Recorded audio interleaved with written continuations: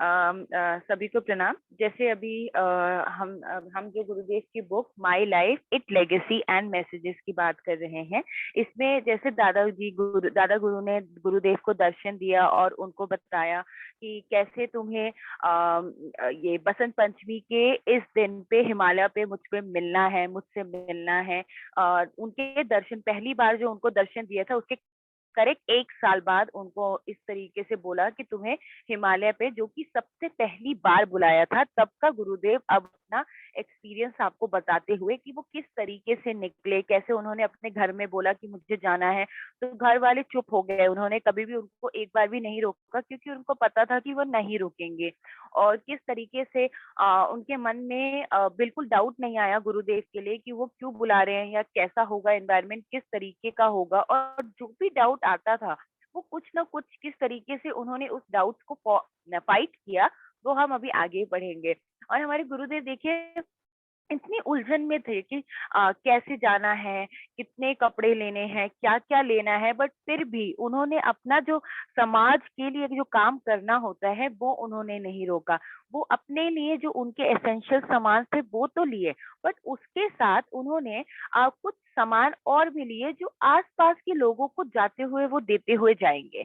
तो ये होती है लोगों की भलाई का काम करना कि हम खुद परेशान रहें बट हम किसी और की भलाई करते हुए रहे। तो हमारे गुरुदेव यही थे कि जो वो रास्ते भी निकल रहे हैं, वो अपनी तीर्थ के लिए निकल रहे हैं और उनका असली तीर्थ ये था कि वो लोगों को, आसपास के लोगों को कुछ न कुछ देते हुए और उनकी हेल्प करते हुए आगे बढ़ रहे थे अपने तीर्थ के लिए। और फिर उन्होंने रास्ते में जाते-जाते काफ़ी लोगों से मिले, उनमें से कुछ ऐसे ग्रुप से मिले गुरुदेव जहाँ पे उन्होंने जब उनसे पूछा कि तुम यहाँ पे क्यों जा रहे हो, मतलब हिमालय पे क्यों जा रहे हो? तो कुछ साधु और लोगों ने बोला कि हम तो बस ऐसे ही आगे जा रहे हैं देखने के लिए कि वहाँ की लाइफ कैसी होती है, क्या होती है। और उन्होंने कुछ ऐसे उल्टे-सीधी बातें बोल दी जिसमें गुरुदेव को थोड़ा-सा अजीब-सा हुआ और वो आगे निकल गए। उन्होंने इनकी बातें समझना, इतना सुनना, इतना कुछ इम्पोर्टेंट नहीं दिया। इम्पोर्टेंस दिया ही नहीं उनकी उस बातों को। और मैं आपको कल बता रही थी वो जो 1 मिनट, मैं आप लोगों को बता रही थी मत्स्यावतार के बारे में। उनका जो ये था, ये एक विष्णु जी का अवतार था। उन्होंने मछली के रूप में इसको एक अवतार लिया था कि वो समाज की सेवा कर पाएँ, समाज की रक्षा, सॉरी, धर्म की रक्षा कर पाएँ, उसके लिए उन्होंने मछली का रूप लिया था। और इसीलिए वो उस आदमी से जब मिले थे और उसको उसको लेसन समझाने के लिए उन्होंने इस चीज का, एक तरीके से इनका मेन उद्देश्य था धर्म की रक्षा करने के लिए उन्होंने मछली का रूप लिया था। तो आइए इसी चीज को हम आगे बढ़ाते हुए गुरुदेव की बुक को, जब वो आगे निकल गए, जब उन्होंने कुछ इंसानों से बात किया, कुछ ऋषियों से बात किया जिसका कोई स्पिरिचुअलिटी का बैकग्राउंड नहीं था और वो कुछ जानते नहीं थे, बट वो बस आगे निकलते जा रहे थे ये देखने के लिए कि हिमालय की लाइफ कैसी होती है। तो ये बात सुन के वो जब गुरुदेव आगे निकले हैं तब की बात वहां पे हो रही है। In comparison to these sadhus, I found pity shopkeeper in the cafe of high moral and ethical standard. देखिए गुरुदेव जब वहां से निकले हैं तब उनके माइंड में चल रहा है कि जब मैं इन साधुओं को, ये जो शॉपकीपर यहाँ पे मुझे रास्ते में मिला है, अगर इसको कंपेयर करूँ तो मैं ये देख रहा हूँ कि ये जो शॉपकीपर है उसके पास ज्यादा वैल्यूज है, उसके पास ज़्यादा स्पिरिचुअलिटी की नॉलेज है, उसके पास ज़्यादा लोगों के मन के लिए प्यार है, लोगों के लिए श्रद्धा है और लोगों से बहुत अच्छे से, मतलब उसको ज़िंदगी की वैल्यू बहुत ज़्यादा है। They were a simple good people. On purchasing flour, pulse, rice, etc., they gradually supplies utensils for preparing food free of cost. देखिए गुरुदेव बताते हैं कि वो जो इंसान थे, जो शॉपकीपर थे, वो बड़े ही सिंपल लोग थे, इतने छोटे से प्यारे से लोग, जो कि अगर उनकी शॉप से अगर आप आटा, चावल, राइस ये सब खरीद रहे हैं तो वो आपको फ्री में बर्तन भी दे रहे थे वहां पे, फ्री ऑफ कॉस्ट, जिससे कि आप उसके हेल्प से, उस बर्तन की हेल्प से अपने लिए खाना बना सके। इस तरीके का उनका इतने डाउन टू अर्थ और इस तरीके के लोगों के लिए उनका प्यार था। They sold teas, bidis, match box, gram, jaggeries, sattus, potato etcetera to the travellers. देखिए यहाँ पे गुरुदेव बताते हैं कि उनका बहुत छोटा सा दुकान था, वो ज्यादा कुछ नहीं बेचते थे। वो जैसे चाय बेच देते थे, बीड़ी, अगर उस टाइम के लोग बीड़ी पीते थे तो बीड़ी, मैच बॉक्स, माचिस, और गुड़ देते थे लोगों को, सत्तू, आलू, ये सब बेचते थे। उनका कोई बड़ा दुकान नहीं था कि वो किसी को बर्तन दे सके, बट फिर भी वो उनको बर्तन देते थे for the travellers. Pilgrims who were devoted for a poor locally made blankets were available in the night on the hire at the cafe। देखिए गुरुदेव बताते हैं कि जो जैसे जो ट्रैवलर्स थे या जो अपने तीर्थ पे निकले थे, बट जो लोग पुअर थे, जो बुढ़े से एकदम पुअर, जो तीर्थी वाले थे, उन लोगों को ये जो शॉपकीपर्स थे, ये लोग कंबल भी प्रोवाइड करते थे रात में कि भाई आप यहाँ पे रुक जाइए, आराम कर लीजिए। तो इस तरीके की थी कि भाई उनका ये एक तरीके से लॉजिक था कि हम अगर तीर्थ नहीं कर सकते तो इन लोगों की सेवा करके ही हम तीर्थ करेंगे, इस तरीके का। और इनमें इनके मन में कोई स्वार्थ नहीं था, कोई इच्छा नहीं थी कि हाँ हमारे को इन रिटर्न कुछ मिलेगा या कुछ भी। तो गुरुदेव बताते हैं कि ये जो शॉपकीपर्स थे वो ज्यादा एथिकल, ज्यादा मैं बोलूंगी कि लोगों के लिए रिस्पेक्ट वाले, ज्यादा गुण वाले, और ज्यादा इनके पास नॉलेज हुआ करती थी देन कंपेयर टू वो ऋषि जो उनको रास्ते में मिले थे। तो ये बोल रहे हैं हम तो बस निकले हैं ऐसे ही साधना की, और कोई अगर हमारे को हिमालय पे कुछ मैजिकल पावर कोई मिल गया तो बहुत अच्छी बात, या तो हम ये देखने के लिए निकले हैं कि वहाँ की लाइफ होती कैसे है। तो गुरुदेव वहाँ की बता रहे हैं। Cold season and walking on a foot, both these were difficult tests. Resident on these place used to shift in the season to the lower region। मेरी आवाज आ रही है ना आप लोगों को? हाँ हाँ बेटा, आ रही है, आ रही है। Okay okay, just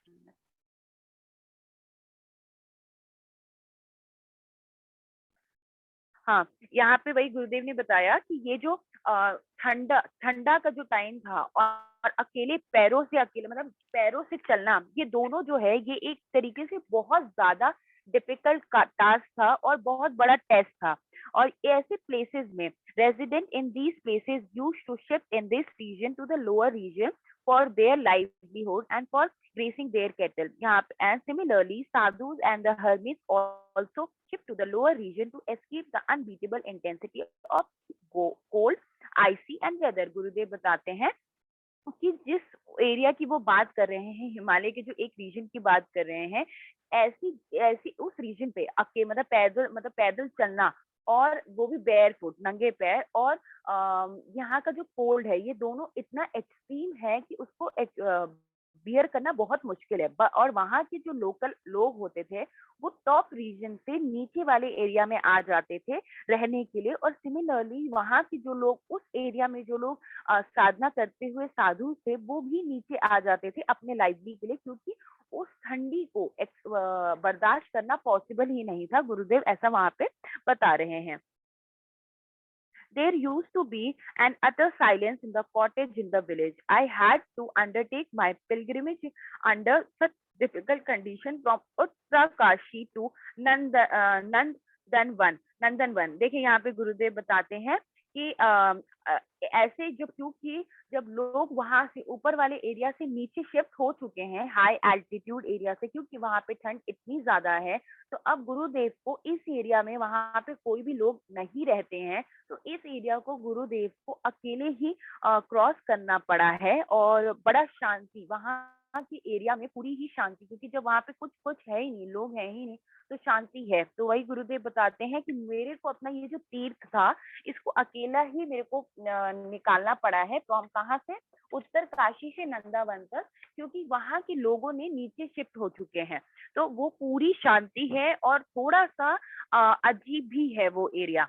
there was loneliness throughout with no proper arrangement of boarding and loading, wild animal used to roam about freely। देखिए गुरुदेव बताते हैं कि वो पूरा एरिया पूरा खाली सन्नाटा एरिया है, जहाँ पे तुम्हें कुछ नहीं पता कि कहाँ आना है, कैसे जाना है। और वहाँ के जो भयानक जीव जंतु जो हैं, वो ऐसे ही खुलेआम घूम रहे हैं। उस उस एरिया का गुरुदेव चलते हुए आपको व्याख्यान दे रहे हैं कि वहाँ के जो एरियाज हैं कैसे कैसे दिख रहे हैं उनको। कोल IC winds kept blowing all the time.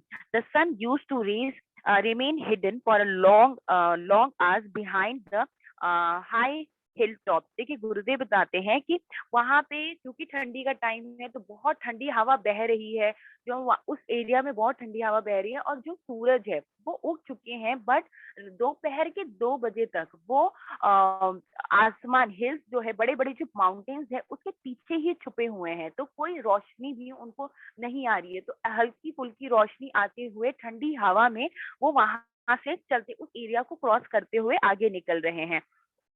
It was visible at 10 a.m. and disappeared behind mountain peak at 2 p.m.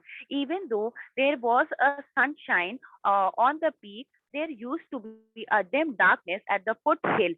देखिए गुरुदेव बताते हैं कि ये जो सन है, जो क्योंकि वो पहाड़ों के पीछे है, तो मुझे 10 बजे के करीब दिखेगा, बट 2 बजे के करीब फिर से वो उस हिल्स के पीछे गायब हो जाएगा। और भले ही 2 बजे के बाद भी वो हिल्स के पीछे है, बट वो उजाला जरूर है। बट यहाँ पे अभी भी क्योंकि वो पहाड़ों के पीछे है, तो उसकी रोशनी जमीन तक नहीं आ रही है, तो वो जो जंगलों का जो रास्ता है वो पूरा मुझे कभी उजाला दिख रहा है, कभी डिम, जैसे डिम लाइट की तरह मुझे थोड़ा थोड़ा उजाला दिख रहा है, और मैं उस रास्ते में चलता हुआ आगे बढ़ रहा हूँ। I hardly some stairs person was met on the trail. People stirs out only when there are some inescapable work like death of someone. For me, the entire region wore of desert. लोग देखिए गुरुदेव बताते हैं कि वहां पे hardly मुझे कोई इंसान दिखा है। अगर कोई इंसान मुझे दिख भी गया है एक दो, तो उनको किसी से कोई मतलब नहीं है, वो अपनी दुनिया में मग्न होके चलते जा रहे हैं, मैं अपनी दुनिया में। और ऐसे लोग, जो लोग मुझे दिखे 2-3 लोग, वो लोग तभी पीछे मुड़ के हमें किसी को देखेंगे एक दूसरे को, तब जब वहां पे कुछ गलत घटना अगर घट जाए, तब तभी वहां पे वो लोग पलट के आपको या किसी को भी देखेंगे, वरना वो लोग अपनी दुनिया में मस्त हो के चलते जा रहे हैं, और मैं अपनी दुनिया में। मतलब वहां पे गुरुदेव अपना एक सिचुएशन बता रहे हैं कि वो जब दादा गुरु से मिलने के लिए जा रहे थे, तो उन्होंने किस किस रास्ते को फेस किया, और उनके दिमाग में और उनके मन में क्या क्या सिचुएशन आती जा रही थी। एक हाँ, और इनको गुरुदेव को ये जो भी पूरा जर्नी अभी तक अपने घर से लेके नंदावन तक जो भी जिस तरीके की उनकी जर्नी है, उस तरीके से उनको ऐसा लग रहा है जैसे मैं रेगिस्तान में घूम रहा हूँ, जहाँ पे कोई मेरे को दूर दूर तक कुछ भी ना दिखे, डेजर्ट की तरह, जहाँ पे ना मुझे कुछ पानी के लिए मिल रहा है, ना कुछ खाने के लिए मिल रहा है। इस तरीके की उनकी फीलिंग्स है यहाँ पे। My only inseparable companion were my palpitated heart and thinking mind. देखिए गुरुदेव बताते हैं कि मेरे आसपास कोई भी नहीं था, मेरे लिए कोई भी नहीं था, और मुझे इस जर्नी में बस 2 चीज मेरे को मेरा साथ दे रही थी, या मेरा साथी बन के चल रही थी। That is palpitated heart. Palpitated heart मतलब होता है, जैसे आप जब बहुत तेज चलने लगते हैं या आप बहुत तेज दौड़ने लगते हैं, तो आपकी हार्ट बीट बढ़ जाती है। जो तेज तेज हार्ट बीट बढ़ने को पैल्पिटेशन कहते हैं। तो वही बोल रहे हैं गुरुदेव कि क्योंकि वो पहाड़ चढ़ रहे थे, माउंटेन चढ़ रहे थे, तो ऑब्वियस सी बात है उनकी बॉडी को बहुत काम करना पड़ रहा है, तो वहां पे उनकी हार्ट पैल्पिटेट हो रही थी। और जैसे जैसे आप ऊपर बढ़ते जाएंगे, जैसे जैसे आप मतलब एक ह्यूमन बॉडी का ये है कि जैसे जैसे आप हाई एल्टीट्यूड मतलब पहाड़ों वाली जगह पे जाने जाएंगे, ऊपर चढ़ते जाएंगे, तो आप क्योंकि ऑक्सीजन सप्लाई कम होने लगता है एनवायरनमेंट में, तो आपकी बॉडी को, आपकी हार्ट को बहुत ज्यादा काम करना पड़ता है। उसकी वजह से आपकी हार्ट रेट अपने आप ही बढ़ जाती है। अगर आप कभी अगर साइंस में कंपैरिजन किया जाए, या अगर आपको कभी इसका नॉलेज मिले, तो जरूर पढ़िएगा। जब आप अगर किसी माउंटेन के ऊपर, जो हिल्स वाले, शिमला, उत्तराखंड, वहां वाले जो एरियाज हैं, उधर रहने वाले लोगों के साथ और अपने हार्ट बीट को जब कंपेयर करेंगे, तो आपको पता चलेगा कि जो माउंटेन्स में रहते हैं, शिमला हो गया, ये उत्तराखंड वाला जो एरिया हो गया, जम्मू से और ऊपर कश्मीर वाले जो एरियाज हैं, वहां पे ना उनके हार्ट रेट आपके हार्ट रेट से ज्यादा होता है, उनका हार्ट बीट ज्यादा होता है और उनका हार्ट ज्यादा पंप करता है एज कम्पेयर टू नॉर्मल, क्योंकि हमारे ऑक्सीजन लेवल हमारे एनवायरनमेंट में नॉर्मल है बट वहां पे बहुत ज्यादा है, तो पैल्पिटेट बहुत ज्यादा करता है हार्ट। तो गुरुदेव वही बताते हैं कि मेरा इस टाइम पे इस जर्नी में कोई साथी नहीं था, बस मेरा एक पैल्पिटेटेड हार्ट था जो कि वो सुन पा रहे थे, और दूसरा उनकी थिंकिंग माइंड, जो उनके दिमाग में कंटिन्यूअसली जो थॉट आ रहा था इस जर्नी में, उनके लिए सिर्फ यही दो उनके साथी थे। I was being put to the test whether or not I could undertake a long journey under such difficult condition। गुरुदेव बताते हैं कि जब जब उनके दिमाग में, वो अपने दिमाग को बस यही याद दिला रहे थे कि मुझे टेस्ट किया जा रहा है, दादा गुरु मुझे टेस्ट कर रहे हैं कि क्या मैं इस इतने डिफिकल्ट जर्नी को अकेला कर पाऊंगा कि नहीं। तो वो इस तरीके से अपने आप को याद दिला रहे थे। My faith rooted in the heart told me that as long as providence wills me to live, no one can kills me। देखिए गुरुदेव बताते हैं कि मेरा जो एकदम दिल, जो विश्वास से भरा हुआ दिल था, जो अपने परमात्मा के लिए या डेस्टिनी के लिए या गुरुदेव के लिए, उस तरीके से मैंने अपने आप को बार बार यही याद दिलाया कि मैं तब तक जिंदा रहूंगा, या मैं तब तक वो काम करता रहूंगा जब तक यूनिवर्स, जब तक मेरी किस्मत में लिखा होगा कि मैं काम करूंगा, और मैं तब तक नहीं मरूंगा जब तक मेरी किस्मत में, या जब तक मेरी डेस्टिनी में, या मेरी परमात्मा ने जब तक नहीं लिखा हो। तो गुरुदेव बताते हैं तब मैं अपने मरने से क्यों डरूं, मेरे को क्यों मौत का डर हो। यहाँ पे गुरुदेव ने यही बताया है। My mind completed that there was a life in a tree, in a flora all around, birds living on them, fish live in a water, wild animals wander in the forest, they remains alone and quite unclaimed. I told myself when there is a profuse and ritual play of life in a form of flora and fauna all around, how could this region be called desert? देखिए यहाँ पे गुरुदेव बताते हैं, अब जैसे हर इंसान में होता है वैसे ही गुरुदेव में हुआ कि जब वो रास्ते में चल रहे हैं तो उनके दिमाग में बहुत सारी चीजें आ रही हैं कि मैं तो एकदम पूरा, मतलब ये डेजर्ट की तरह ही है पूरा एरिया, यहाँ पे कोई इंसान नहीं है बात करने के लिए, और वो अकेले चलते जा रहे हैं। फिर उनके दिमाग में, क्योंकि उनके जो डीप फेथ था भगवान के लिए, तो उनके दिमाग में आया कि जब मेरा मरने का टाइम आएगा तब मैं मरूंगा, जब तक मैं काम करता रहूंगा, जब तक मैं काम, मेरी किस्मत में मेरा काम लिखा होगा। ये करते करते वो आगे बढ़े, तब उनके माइंड में एक चीज और आया कि मैंने इस एरिया को डेजर्ट बोला, बट अगर मैं अपने आसपास देखूं तो पेड़ हैं, पौधे हैं, फ्लावर्स हैं, चिड़िया चै चै कर रही हैं, मछली है पानी में, जब हर चीज, हर, और यहाँ पे जंगली जानवर हैं जो अकेले अकेले रहते हैं, हर अकेले हो रहा है। जब मेरे आसपास इतनी प्यारी प्यारी लाइफ है, जब मैं जहां जहां जा रहा हूँ वहां पे इतनी प्यारी लाइफ है, तो मैं कैसे कह सकता हूँ कि मैं डेजर्ट में हूँ। डेजर्ट में तो वहां पे तो कुछ भी नहीं होता, एक पौधा तक नहीं होता, बट यहाँ पे तो पूरी जिंदगी, मतलब पूरी एक लाइफ, जैसे हम बोलते हैं पेड़ पौधे सब चीजों में जिंदगी होती है, वैसे ही गुरुदेव बोल रहे हैं कि मैं तो पूरी इतनी सारी जिंदगी से घिरा हुआ हूँ, तो मैं इस एरिया को डेजर्ट कैसे बोल सकता हूँ।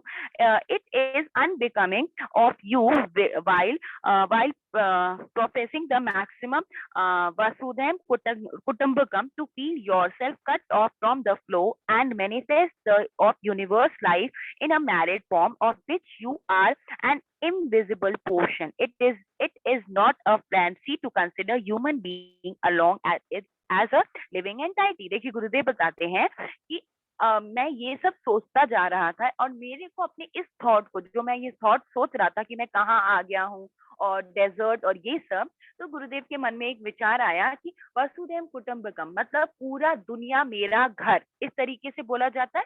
माई whole world is my home, इस तरीके से बोला जाता है। तो उन्होंने बोला कि उन्होंने इस चीज को अपना याद दिलाया कि पूरी दुनिया मेरा घर है। तो उन्होंने बोला कि मैं जहां भी रहूं, जिस तरीके से, उन्होंने बोला जिस तरीके से मैं जो हूँ, मेरे को कभी भी इस लाइफ से, मेरे इस लाइफ से, यहाँ पे इस दुनिया में इतनी लाइफ है, मैं जब तक ना चाहूं, या मेरी डेस्टिनी जब तक ना चाहे, मुझे इस दुनिया से, इस वर्ल्ड से कोई अलग नहीं कर सकता।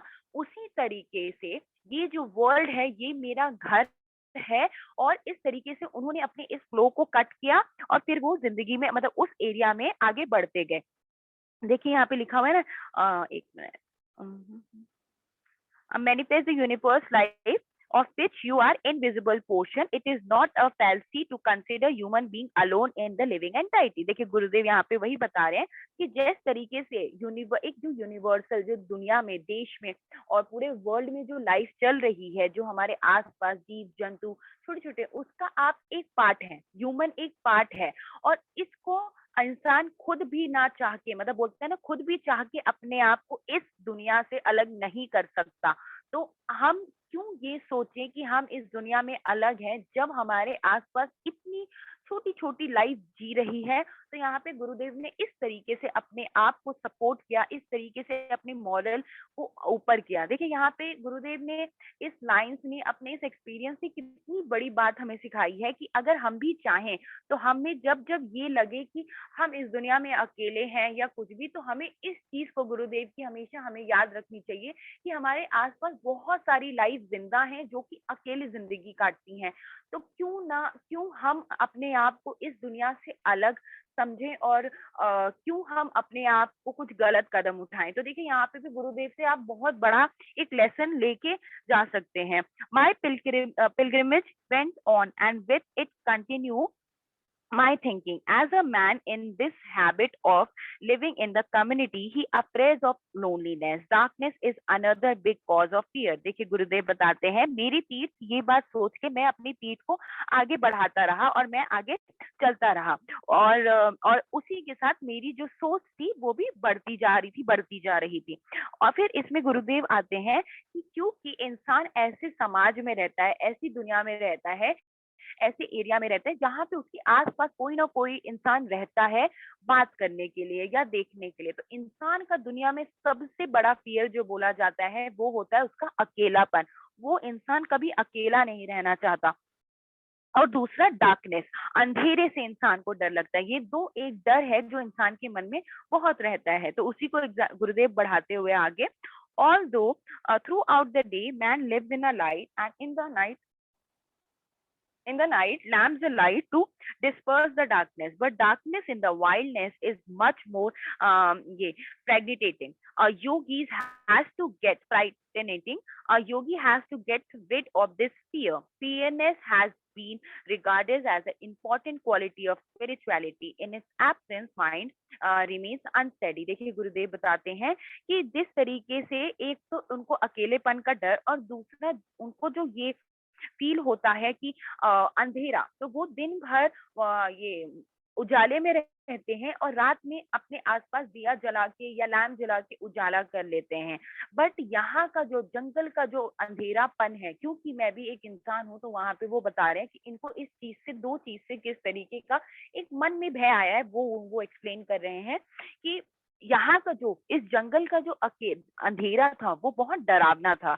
एंड योगी जो आते हैं यहाँ पे, उन्होंने उस साधना से अपने आप को उस डर से निकाल रखा था।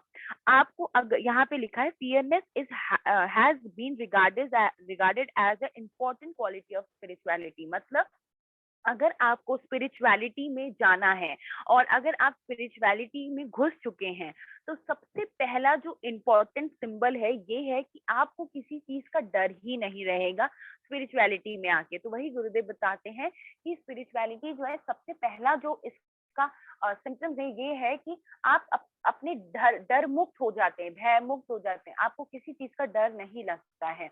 यही गुरुदेव बताते हुए, another danger is in this you inspiriting silence of the wildness of the Himalaya region was a fear of a wild and ferocious animal who strayed freely in the darkness of the night in search of their prey. गुरुदेव बताते हैं अब उस अंधेरी रात में एक तो darkness का तो डर था और एक अकेला जो नेस चल रहा था उसका तो दो डर था। बट मुझे एक चीज और याद आया कि यहाँ पे जो जंगली जानवर हैं जो कि अपने शिकार के लिए खुले रास्ते में, खुले आम अंधेरे में घूमते रहते हैं, उनको इस चीज का भी डर आते हुए एक मिनट, हाँ, any encounter with such animal in the night amounted to direct confrontation with a death. In all the prevalent silence of the wilderness, such animals come out even in the daytime in search of their prey and water. I had to face all these hazards during this journey. देखिए गुरुदेव बताते हैं कि वो जो अपने शिकार ढूंढने के लिए तो आते ही रहते हैं, और अगर आप गलती से भी उसके सामने आ जाएं तो मतलब आप मौत के सामने जा रहे हैं, गुरुदेव ने इस लाइन में ये बताते हुए। और ऐसे जानवर जो थे ये दिन में भी बड़े खुलेआम अपने शिकार के लिए घूमते हैं। ऐसा नहीं है कि ये सिर्फ रात में आ रहे हैं, ये दिन में भी दिन भर खुलेआम ये जानवर घूमते रहते थे। और गुरुदेव बताते हैं कि मेरे इस जर्नी में मैंने बार बार हर हर दूसरे स्टेप पे ऐसे जंगली जानवरों के साथ अपने आप को एनकाउंटर किया है। During my halt at night, I met a strangely dark snake. His panther, lion of a small status, are also found in this area, who are eagles with less powerful than the one found in the plains. देखिए गुरुदेव बताते हैं कि जब जब मैं उस तीर्थ में कहीं अगर रुक के रात में थोड़ा सा शरण लेता था या आराम करने के लिए बैठता था, तो मैंने बहुत सारे ये डेंजरस सांपों से अपने आप को घिरा हुआ पाया है। और कई बार ये जो लॉयंस होते हैं शेर को भी एनकाउंटर किया है, बट ये थोड़े से कम जंगली होते हैं एज कम्पेयर टू जो हमारे प्लेन्स में लॉयंस पाए जाते हैं उसके कंपैरिजन में कम जंगली होते हैं। Among the animals who mainly live on vegetation, bear is the most aggressive. While elephants are found in the Shivalik range and lower range of Himalayas. All of them by nature are harmless unless one see them eye to eye or apparent they are tested and provoked. They charge at once if there is a slightly feeling of fear and anger. देखिए गुरुदेव बताते हैं कि वहां पे जंगली हाथी भी है और यहाँ पे जंगली सारे जानवर है, और जो जो वेजिटेशन मतलब ऐसे वेजिटेरियन जानवर जो आपके ऊपर हमला नहीं करेंगे खाने के लिए, जो कि सिर्फ पेड़ पौधों के और फ्रूट्स के ऊपर खाते हैं, उनमें से जो एक बियर है वो उनमें से एक बियर आता है जो कि ये पेड़ पौधे खाता है, बट ये बहुत एग्रेसिव होता है। अगर आप इसमें यही गुरुदेव ने बताया कि ये सारे जानवर जो हैं बड़े शांत रहते हैं, इनको अगर आपने प्रोवोक नहीं किया, आपने सामने से कुछ नहीं किया या आपने उनको कुछ ट्रिगर नहीं किया, तो वो आपके ऊपर हमला नहीं करेंगे। और अगर कभी गलती से आई टू आई कांटेक्ट हो गया इन जानवरों के साथ, तो पक्का है कि ये आपके ऊपर पक्का ही पक्का चार्ज करेंगे और आपके ऊपर हमला जरूर करेंगे। तो यहाँ पे गुरुदेव ने, और अगर इनको गुस्सा और हर चीज तरीके से इनको ये आपके ऊपर वो करेंगे, फोर्स करेंगे। तो ये गुरुदेव यहाँ पे बताया कि किस तरीके से उन्होंने रात में जब वो आराम करते थे तो कैसे कैसे जानवरों के साथ उनको फिर से वहां पे भी एनकाउंटर मिला है। Pilgrims was often required to face panthers, snakes, iguana, bears, panda, elephants, tigers. They leave the track and fuse away when they find a person in a group, but they go on their own way if they see a person alone. In that event, the person has to take a detour, otherwise he is bound to assault by them. देखिए गुरुदेव बताते हैं कि अगर आप मतलब ये जो तेज के रास्ते में मुझे बहुत सारे जानवर मिले, क्या क्या, जैसे पैंथर मिला, स्नेक मिला, इग्युआना मिला। इग्युआना मतलब मोटा सा बहुत बड़ा ये एक प्रजाति होता है इसका, फ्रॉग का एक प्रजाति होता है, ठीक है। और पैंथा और टाइगर्स, बहुत सारे जंगली जानवर मिले। और ये जानवर गुरुदेव बताते हैं कि जब ग्रुप में इंसानों को देखते हैं, झुंड में अगर लोगों को देखते हैं तो उनके ऊपर ज्यादा हमला करते हैं।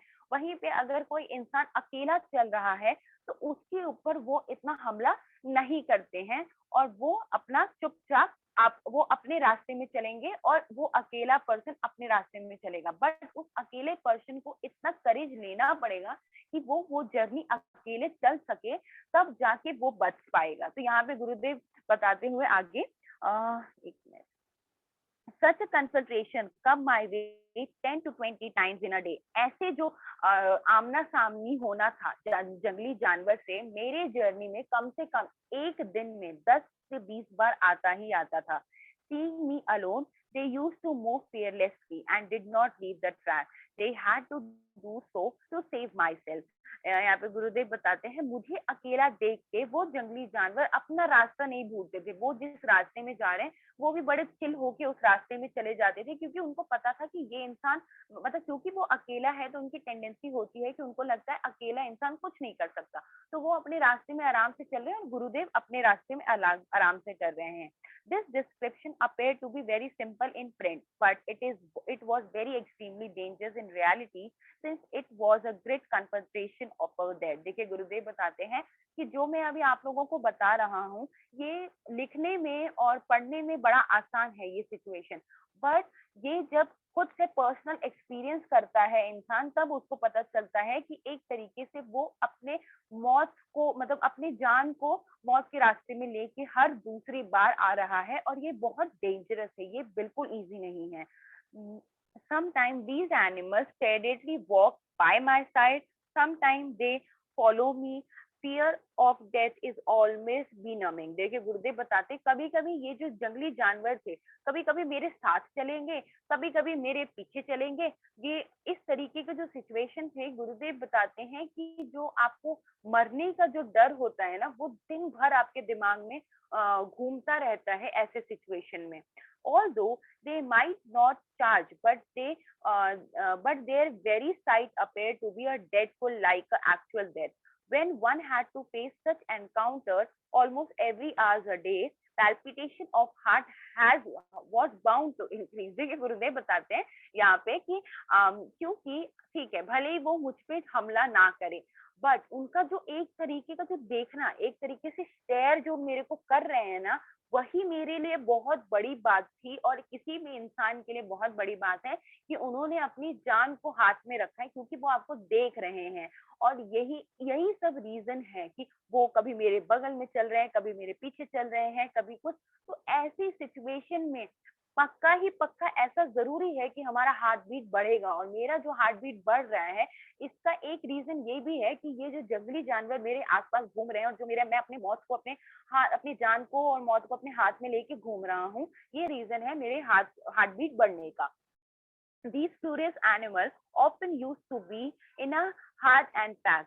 If they had attacked, there would have sorry. If they have would have attacked, they would be have cut me into pieces, chew my flesh out, and my life would have once at come at to the and. यहाँ पे गुरुदेव बताते हैं कि कुछ कुछ ये जो जंगली जानवर होते हैं ना, इतने, मतलब क्या बोलूं, इतने मोटे सख्त टाइप के होते हैं कि अगर इन्होंने गलती से भी मुझे, मेरे ऊपर हमला कर दिया होता, तो मैं छोटे छोटे पीसेस में कट गया होता, और मेरे मांस और चमड़े को इन्होंने खा लिया होता, और मेरी जिंदगी एक बार में ही वहां पे खत्म हो जाती। इस तरीके से गुरुदेव ने ये जंगली जानवरों को व्याख्यान करते हुए, but there also I had to master courage and foresightedness. Death is no doubt great, but no greater than life. गुरुदेव बताते हैं कि बट मुझे इस जर्नी के दौरान मुझे अपने आप को, अपने करेज को, अपनी जो हिम्मत है उसको मास्टर करना पड़ेगा, उसको अपने आप से अपने आप को जीतना पड़ेगा।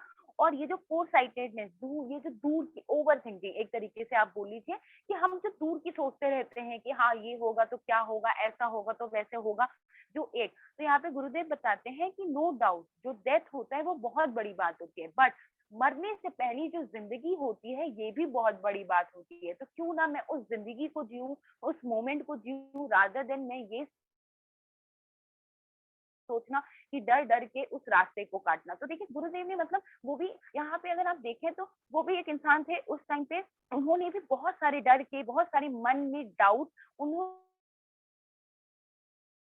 बहुत सारी चीजों को आया, बट अगर आप ओवरऑल देखें तो उन्होंने किस तरीके से अपने आप को जीता या अपने डर को जीता, अपने आप को, अपने मेंटली एंड अपने दिल से स्ट्रॉन्ग। और पता है अगर दिल से कभी इंसान स्ट्रॉन्ग इतना नहीं हो पाता जितना दिमाग से। अगर आपने, अगर जिस दिन, क्योंकि दिल तो है ही डराने के लिए, दिल तो होता ही है इमोशनल को, बट अगर आपने अपने दिमाग को स्ट्रॉन्ग बना लिया, यहाँ पे भी गुरुदेव ने दिमाग से ही सोचा कि जिंदगी ठीक है, डेथ जो है वो बहुत बड़ी चीज होती है, बट उससे पहले जिंदगी बहुत बड़ी चीज होती है। तो उन्होंने अपने जितने भी डर थे, अगर आप वो डेजर्ट वाला इंसिडेंट ले लीजिए या अभी यहाँ वाला इंसिडेंट ले लीजिए, इन सब में गुरुदेव ने अपने आप को किस तरीके से, अपने फियर्स को स्ट्रॉन्ग बनाया, अपने आप को स्ट्रॉन्ग बनाया, किस तरीके से अपने आप को मेंटली स्ट्रॉन्ग किया।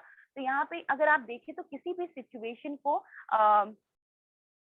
ये क्या कहते हैं, आप अपने आप को स्ट्रॉन्ग बना सकते हैं।